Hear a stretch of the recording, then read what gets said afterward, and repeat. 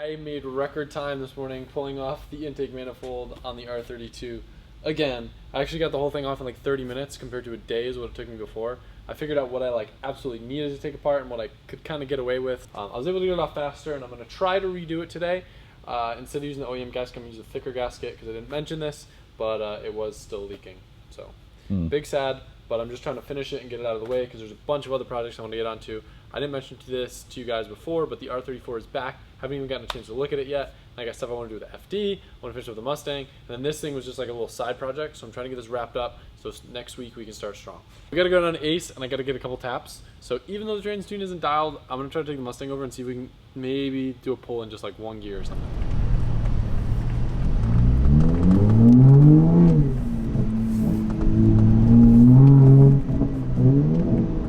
For context, the place that sells acai closes in 3 minutes. You didn't get the clip of me erratically. No, that's why I said for context. Oh, okay, for context. For context, I like smoothies. Smoothies are great. Oh my god, I've never gone over speed bump with these skirts. Ooh. Do I try? I'll go around back. I was gonna say, how bad do you want that smoothie? She said I gotta get there in 5 minutes or she's throwing it out. You know, is something wrong with this transmission too? Yeah, I gotta get a trans tune. Oh, gotcha. I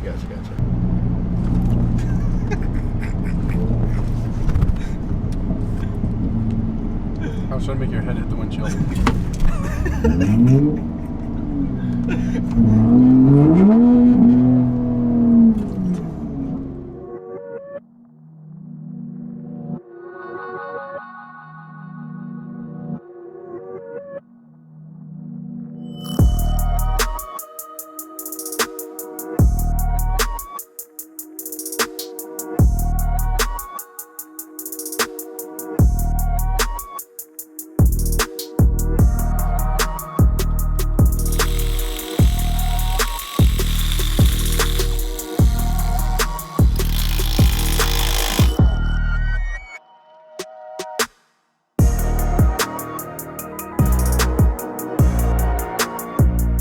This time, before putting everything back together, I decided to pressure test it like this. Well, listen.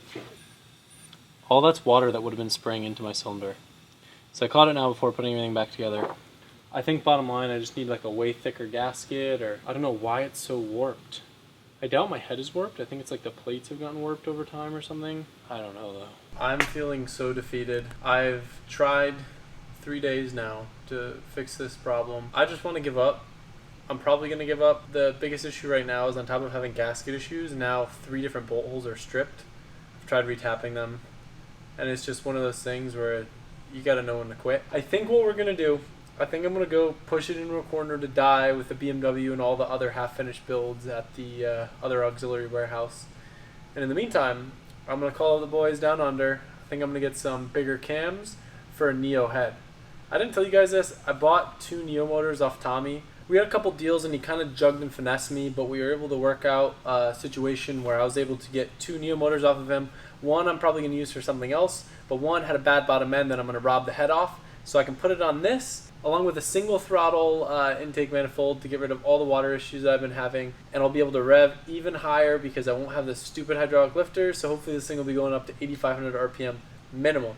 Go a little bit bigger turbo and like try to make the best out of a situation rather than just being down about it. So at least there's something exciting to look forward to with this. But there's just so many builds and so many projects and so much stuff going on right now that like I'm gonna push this away, and I really want to start focusing on the R34 maybe as soon as Tuesday. So fingers crossed.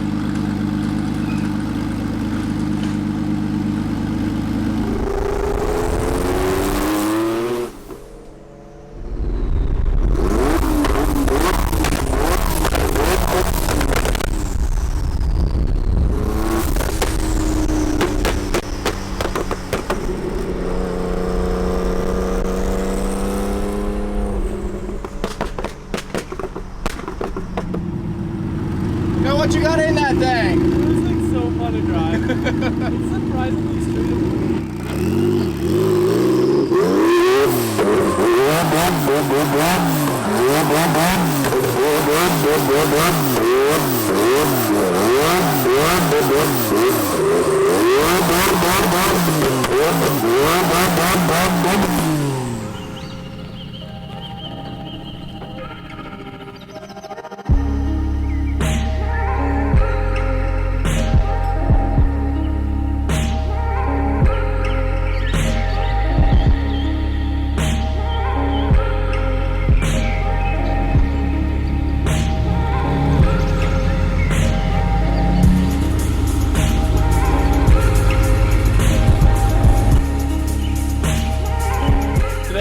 really been playing shop cleanup. Probably doesn't look that much, but there's a lot of clutter here.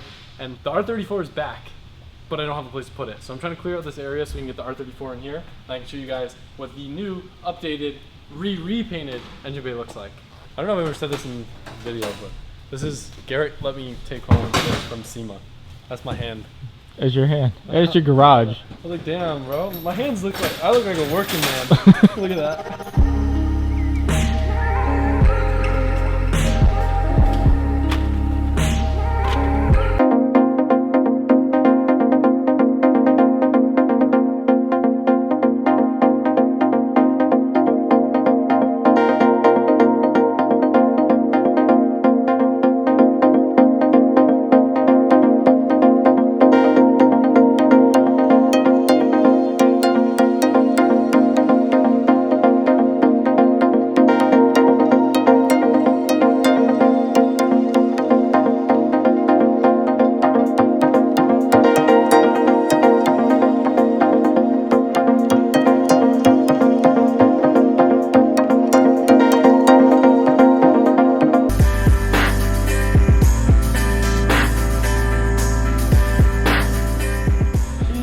And I'm so happy.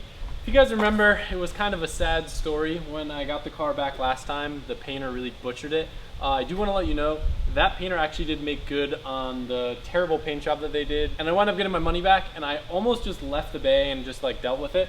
But Kroll's Customs reached out to me from up in Pennsylvania, and I know that he's painted a bunch of Stonebeck's cars and does really good top-notch paint work. And basically assured me he just repainted an entire Midnight Purple 3 R34 GTR that he could get it perfect.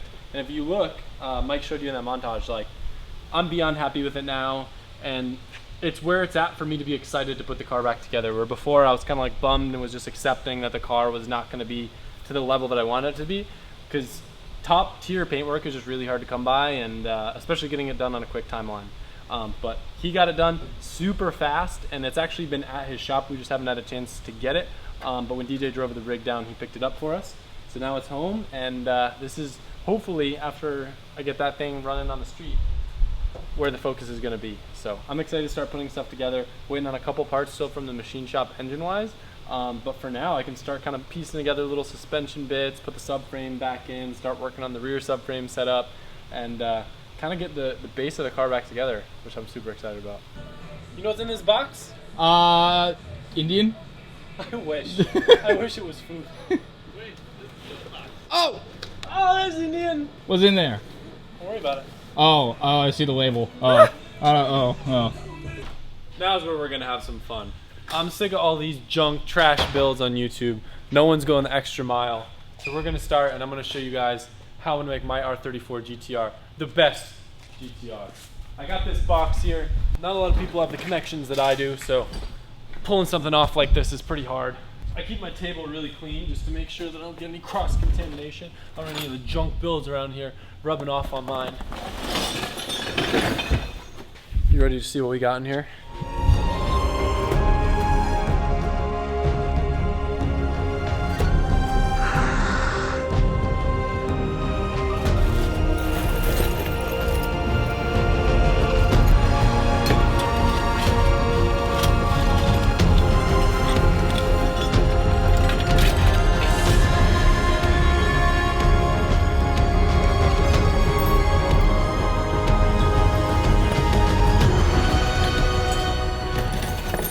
It's really important that we don't have cross-contamination between the vapor hone stuff and the zinc plated stuff. They're always trying to cross and hang out together.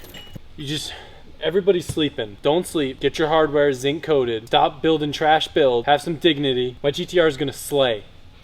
Not because it's fast, but because I carefully curated and chose and went on Yahoo Auctions Japan. I spent $500 on this bolt. Do you know what this is? This is a Nismo old logo bolt. Collectors haven't even heard about this, Mike. Like this right here, Sean Morris tried to outbid me for this, dude. Buried him.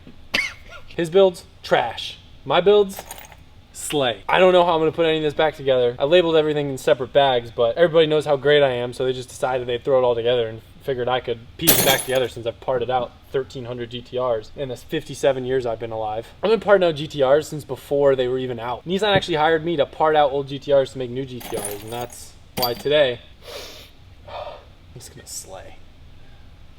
Don't sleep. All right, all jokes aside, guys, Tommy did help me out, and he was the connect for getting all my bolts zinc plated. So now when I put this thing back together, it's gonna be like brand new. And Dan over at Terra Firma helped me get a bunch of new stuff for this as well. A lot of new old stock stuff, or really new stock stuff, because they still make a lot of stuff for this, but I'd like to pretend that it's more rare than it actually is. So putting this thing together is gonna be like putting together the best car ever, because it's a GTR. Dude, I think looking at all the zinc and trying to organize it is making me go nuts. Oh my god. I don't know how Tommy does it. I'm like maybe like an hour in and I feel like I'm starting to lose my vision. Maybe that's why he uses the black backdrop for contrast, but I can now tell the difference between 800 different types of Nissan bolts. This is gonna be the true test though of if I know enough about taking apart Nissans to put them all back together. Because unlike Tommy, I haven't parted out a bajillion cars, and I feel like I know where most of the bolts go, but it's definitely gonna be some guess and check work. I got these nice little cubbies I'm trying to organize in. We got the long tips, the short tips, the crusties, got the purple bolts, the 8 mils, the Allens, I think these are valve cover bolts. I recognize some of them. Lots of them I don't. Now that the R34 is back, I've been like way too excited to start like looking at parts. I've been starting to like mock things up. So this is the color I decided to do for the valve covers. The whole idea is to kind of go with like a purple and gold theme, kind of matching the OEM gold that Brembo's would be. And the powder coat guy actually did a really good job at kind of getting the letters to be transparent and then the rest gold. I will say though, I'm still contemplating maybe painting instead of powder coating, just because I hate how powder coating sometimes you get a little bit of the eggshell finish, where paint you can really get it like mirror. But regardless, I'm like super pumped. This gold's perfect and it looks so good all put together. I think RB is probably like one of the best looking valve covers out of any engine. Changed my mind. Tomorrow I was thinking we drag a whole video out of installing these puppies. For whatever reason, our R34 Gtrs all sell for like over $2,000. I don't know what the deal with this set was. They were kind of sketchy and like the internals were kind of messed up, but pretty much everything with Gtrs is universal. So if you get like a broken set, you can take internals out of another set of Gtrs. It's just a weird thing that I figured out. So I have these all ready to go on. I actually was able to score those. I don't know why they were so cheap. Like I said, those are half price. Those are like $1,200, which is like what S13 Gtrs are going for nowadays, which is wild. But anyway, tomorrow we'll probably dink around with this a little bit, but the main thing is going to be the GT350. I'm hoping that we're going to take it for its first like true rips. The HTG guys are having a hard time getting over here because of COVID and they want to come tune the car in person. But in the meantime, I'm going to try another more simple controller just so I can start driving the car and do some rips. So I'm hoping tomorrow we'll get to do our first rips. That's going to be the main focus. And then we'll probably just start piecing things together on the R34. But I'm happy she's finally back. I'm happy to start getting it back together. And hopefully I'll have my stuff back from the machine shop soon. We can get this thing back on the road again. Hope you guys enjoy this video, and I'll see you soon. When you said